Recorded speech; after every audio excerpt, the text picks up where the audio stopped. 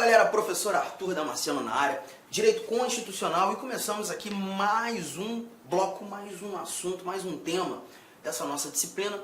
Nesse nosso bloco a gente começa a trabalhar os chamados princípios fundamentais. É o primeiro título da nossa Constituição, é um estudo tranquilo, nós iremos andar pelo artigo 1º do artigo 1º ao artigo 4º da nossa Constituição, sendo mais preciso.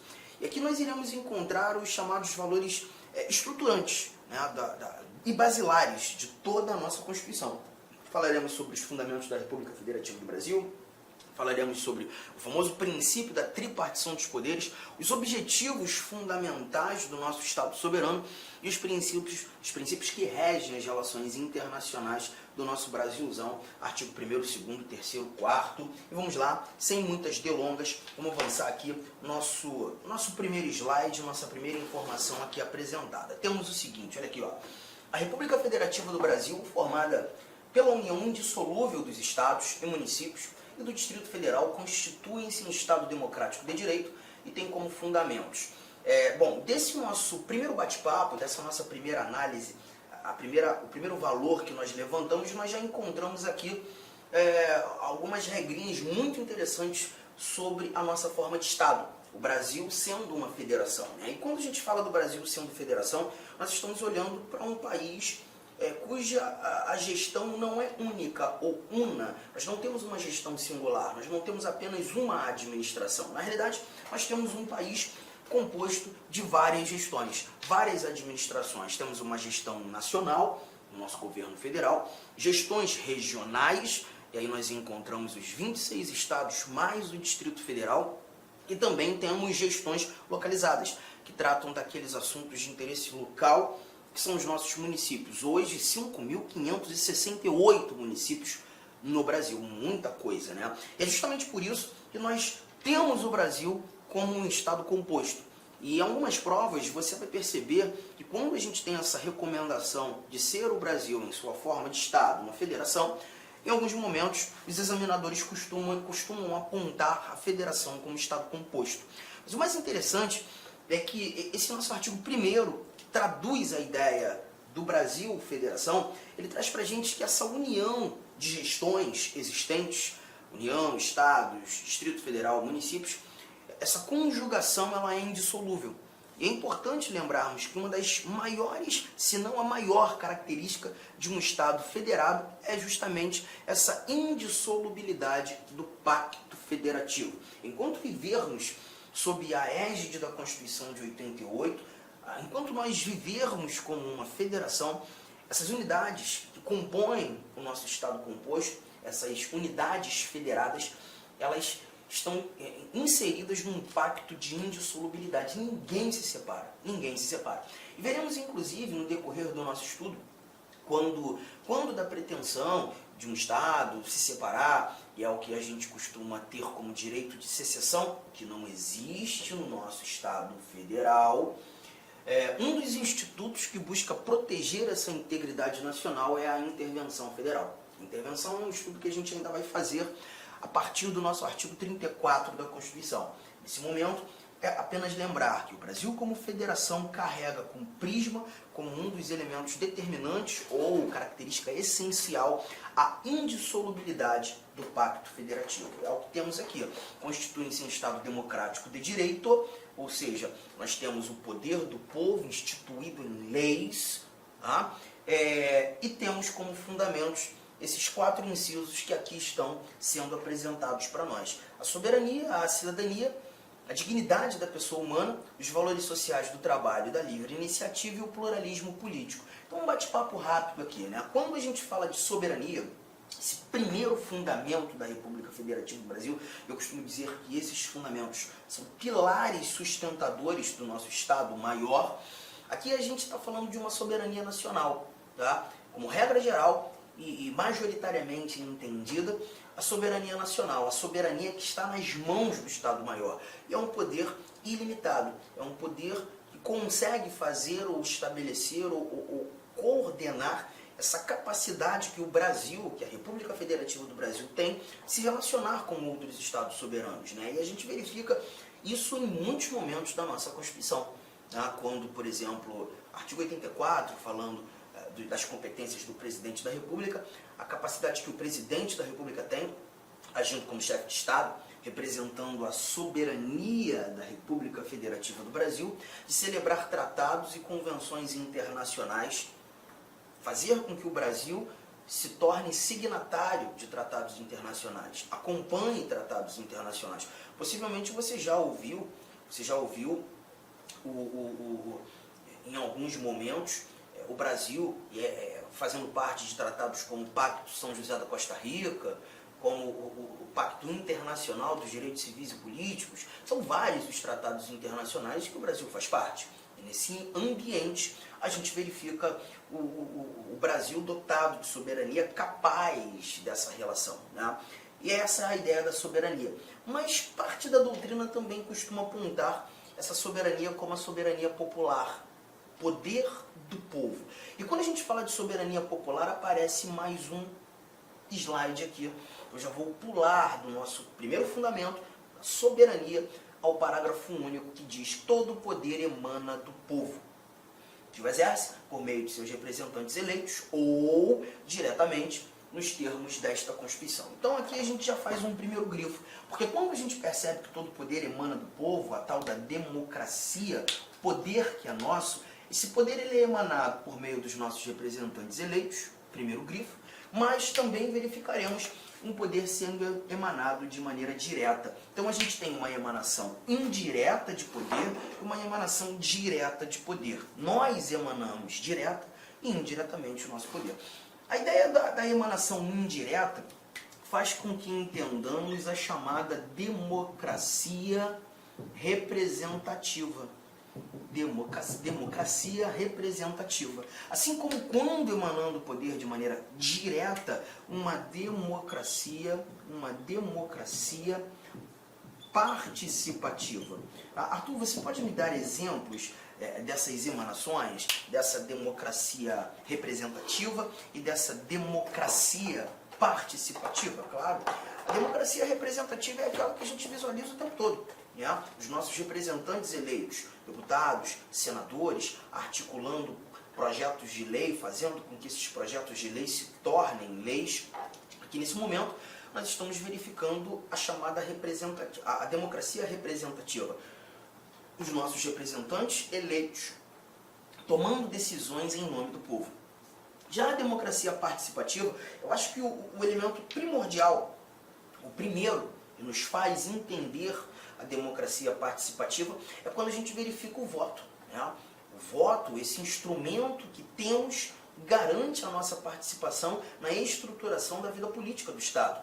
O voto é, sem dúvida alguma, um instituto de democracia participativa. E não apenas o voto. Quando nós também estudarmos direitos políticos, é um assunto que a gente vai começar a desbravar. Quando chegarmos ao artigo 14, nós iremos falar do plebiscito, nós iremos falar do referendo, nós iremos falar da iniciativa popular. Posso rapidamente sintetizá-los e entender que tanto o plebiscito quanto o referendo são participações populares, diretas, que buscam ali ou fazer com que um ato normativo seja criado, ou inclusive referendar um ato já criado. Muitas vezes, quando, por exemplo, não apenas o Congresso, mas, por exemplo, o Congresso Nacional tem a pretensão de criar uma lei, ou alterar legislação, ou até mesmo, quem sabe, alterar a nossa Constituição por meio de emendas constitucionais, em alguns momentos seria possível em que o povo fosse consultado, o eleitorado fosse consultado.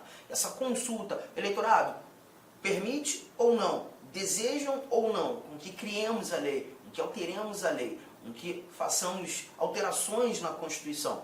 Essa pergunta é feita, essa consulta popular é feita. E essa consulta prévia ao nascimento do ato normativo, prévia à criação da lei ou alteração legal, ela é chamada de plebiscito.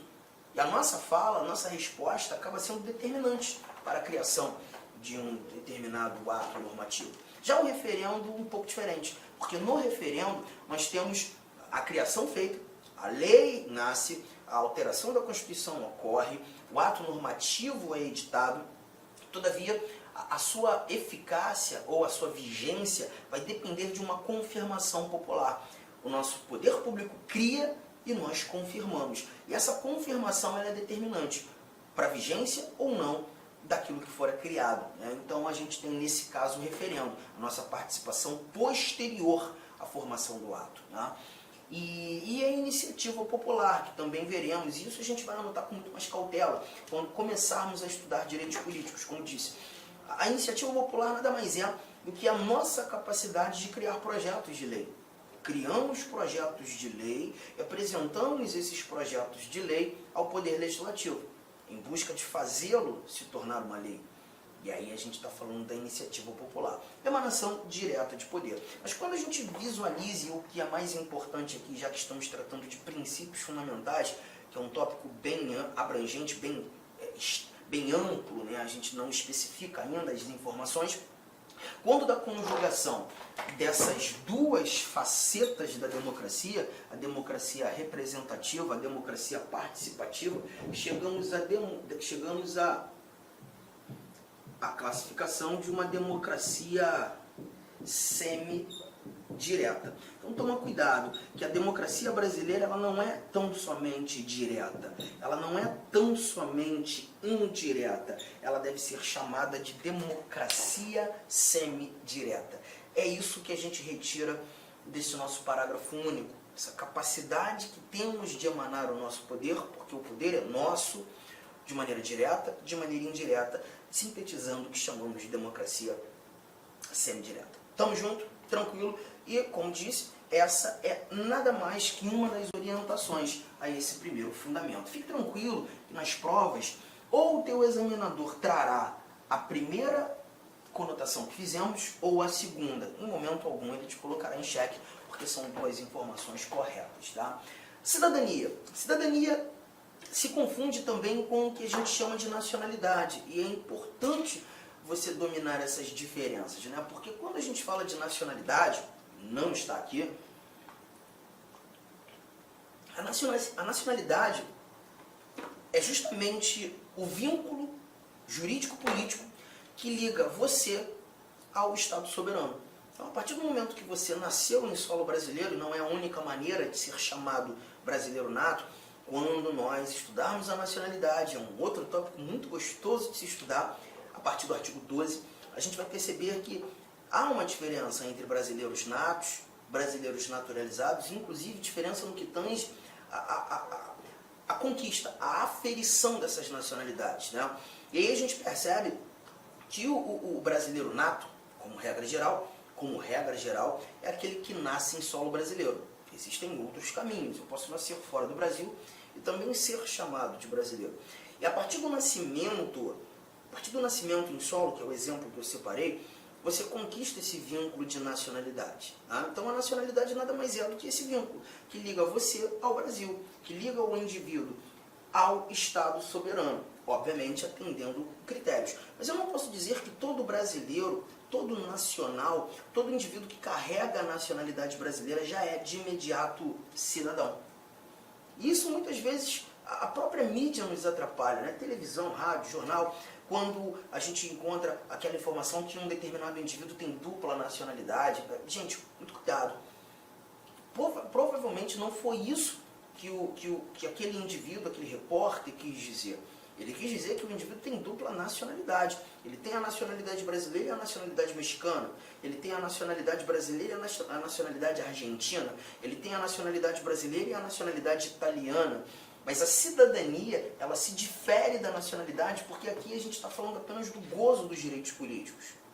Gozo dos direitos políticos. Nada mais que isso. Então, quando a gente fala de cidadania, a gente está tratando daquele indivíduo que titularizou direitos políticos. Em outras palavras, a gente está levando em consideração apenas o poder votar e, por consequência, ser votado. Tá? Essa é a cidadania, a capacidade que eu tenho de participar da estruturação da vida política do meu Estado. Ponto final. Legal? Mais um elemento. A dignidade da pessoa humana é um princípio muito importante, né? Porque a dignidade da pessoa humana é a essência dos direitos fundamentais. Então, quando eu verifico no estudo do, por exemplo, artigo 5º da Constituição, olha como é que os princípios fundamentais eles vão te mostrando vários vários artigos da Constituição. Por isso chamar de princípios fundamentais. São princípios norteadores de todos os demais valores que nós estudaremos no texto constitucional.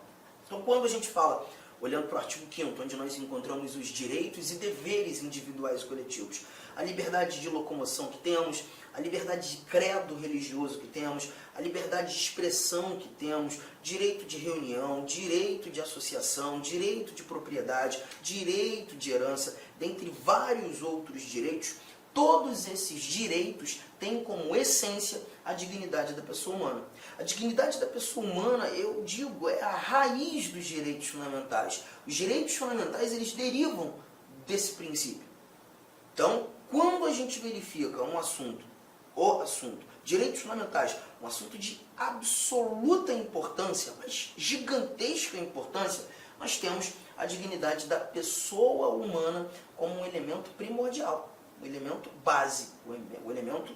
Com licença, meus amigos, minhas amigas, inicialmente eu peço desculpas por interromper seus estudos, mas essa videoaula é uma videoaula demonstrativa para você conhecer a qualidade de nossos mestres aqui da LAC Concursos. Eu sou o professor LAC, especialista em concursos públicos, que somente em 2022 eu já fui aprovado em 7 concursos públicos. É isso mesmo, em 2022 sou especialista em concurso público e eu estou aqui para te ajudar nessa caminhada do concurso da Polícia Militar do Estado da Bahia e também do Corpo de Bombeiros Militar. Gente, olha só, qual que é o diferencial da LAC Concurso? Primeiro, tá, o nosso diferencial primeiro, preste atenção, tá? Primeiro, nós temos uma ferramenta pedagógica chamada Personal Coach. Personal significa pessoal, coach significa treinador. Então aqui você tem um treinador pessoal de concursos. Essa metodologia ela é baseada em técnicas de administração, em ferramentas de administração, mais precisamente administração por resultados. Ou seja, todo dia você tem uma meta de estudos, é isso mesmo. Todo dia você tem uma meta de estudos. Papo sério, se você se matricular, se você cumprir as nossas orientações pedagógicas, se você assistir às nossas videoaulas, ou essas videoaulas da internet e muito mais lá no nosso site, claro, completas, eu tenho certeza que você ficará competitivo e você terá reais chances de aprovação. Em 2019, nós tivemos também um concurso aí da PM da Bahia, na qual a gente teve aí dezenas de alunos aprovados. Inclusive, nós fizemos aí uma playlist no YouTube super vencedora, né? Super vencedora para a galera, né? Professor, quanto custa? Olha só, preço promocional. Apenas 10 parcelas de R$ 25,00. Curso completaço, super atualizado, item a item do digital, acesso imediato com foco na banca da FCC. Então venha estudar conosco aqui na LAC Concurso.